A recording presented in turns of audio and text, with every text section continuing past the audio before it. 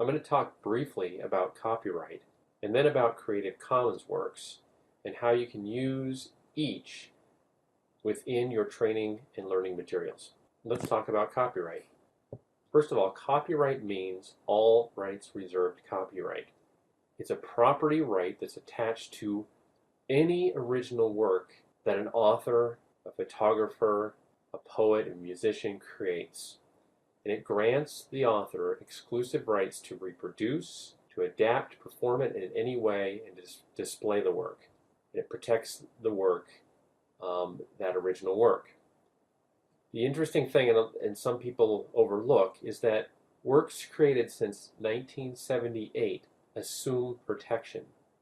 That means that the individual does not have to file anything with the U.S. Copyright Office, and that copyright doesn't, the original work doesn't have to have a copyright notice on it. It's automatic.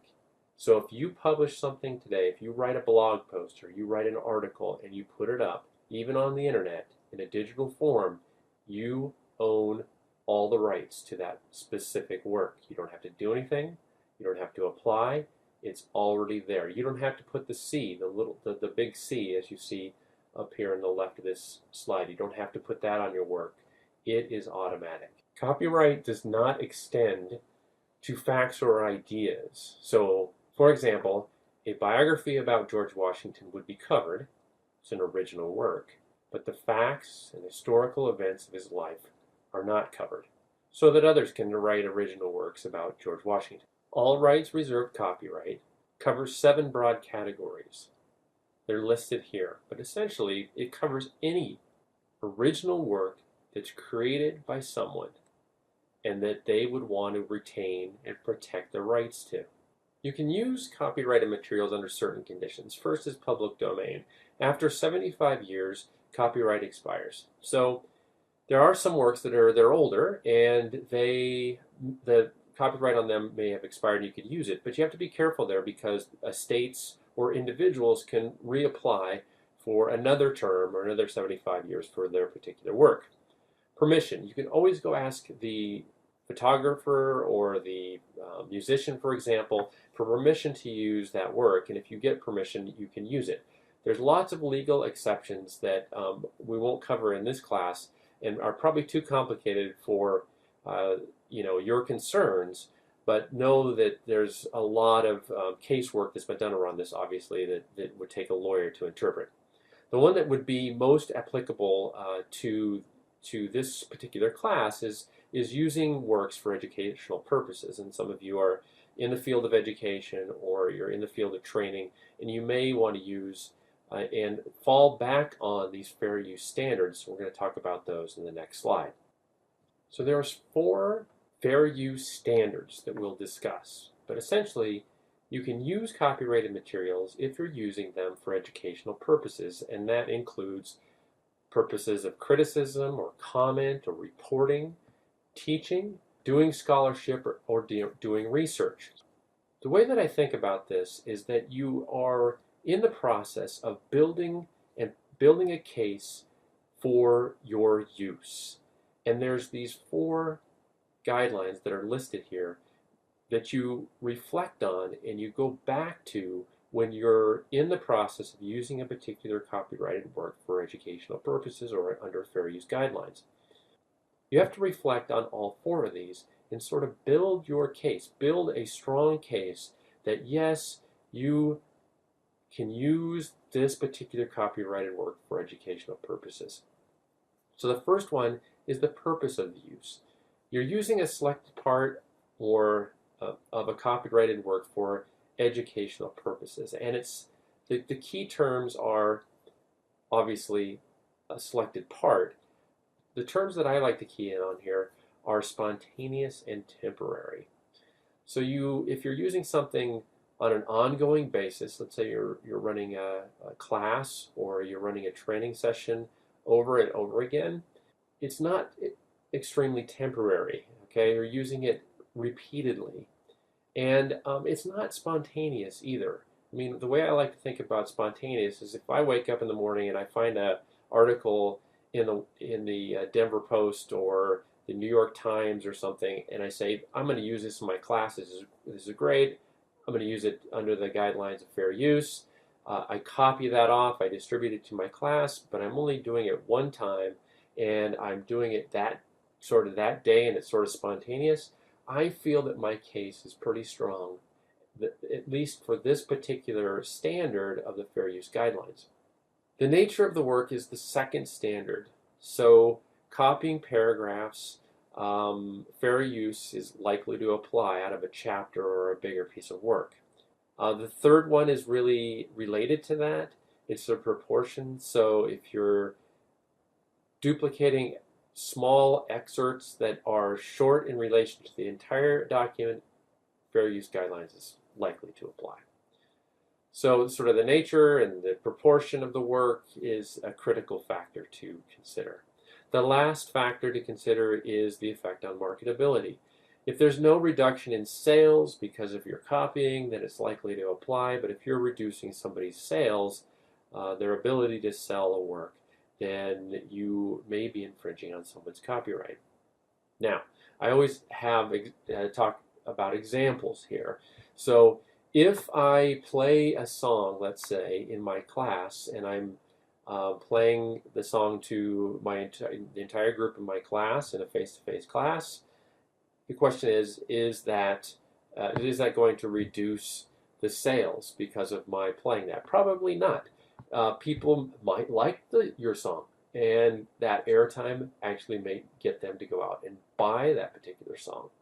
So, you may feel a little bit stronger about your case related to marketability. Now, if I'm going to show an entire movie, let's say I was going to go in and I was going to show a particular episode of, I don't know, Band of Brothers or something in a history class that I was teaching, and I showed the entire episode, I might be reducing the marketability of that particular piece.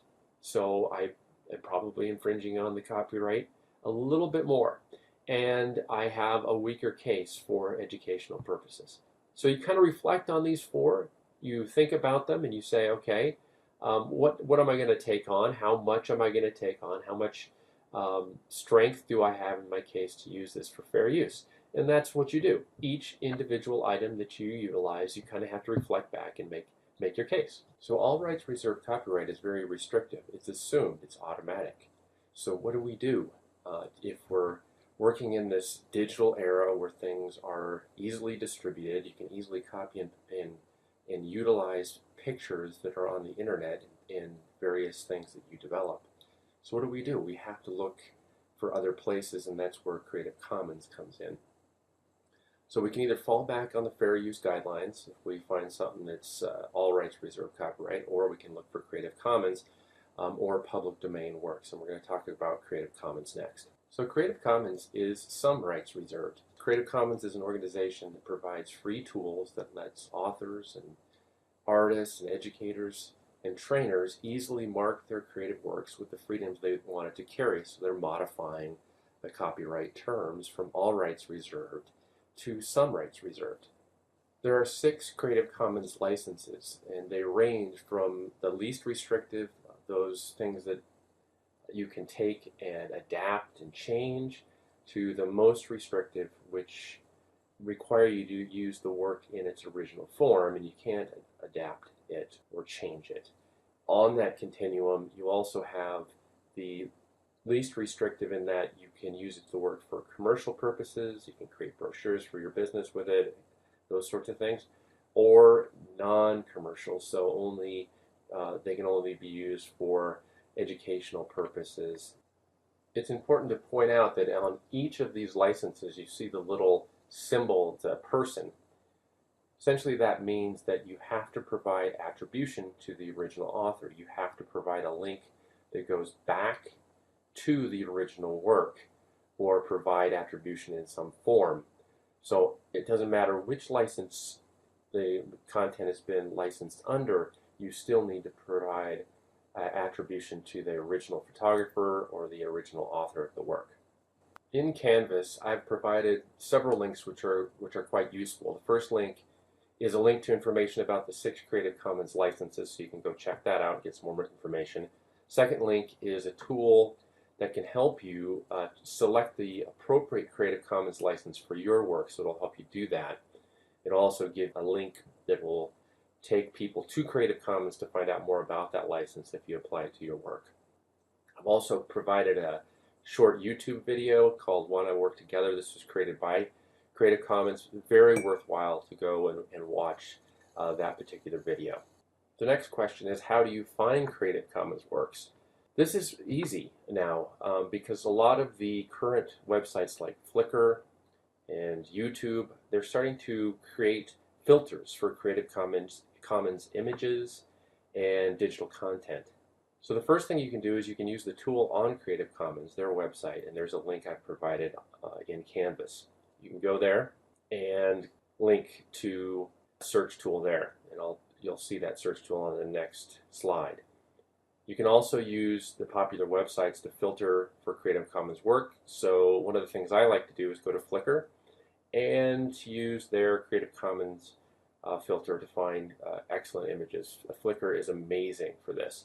So below you'll see in Canvas, you'll see a video about how to filter for Creative Commons, and they're searching for clowns. So you can watch this particular video and it'll give you some steps on how to use that search tool. The last slide here is just an image of that Creative Commons search engine or search page, and you can see you can click on all these different sites, Flickr being one of them, Google Images another, and then a number of different music sites where you can find Creative Commons licensed music, and also there's video.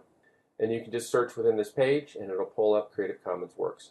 Notice also that you can modify at the top if it's going to be used for commercial purposes, or you want to be able to modify and adapt the original work. So you can click on those radio buttons to modify that.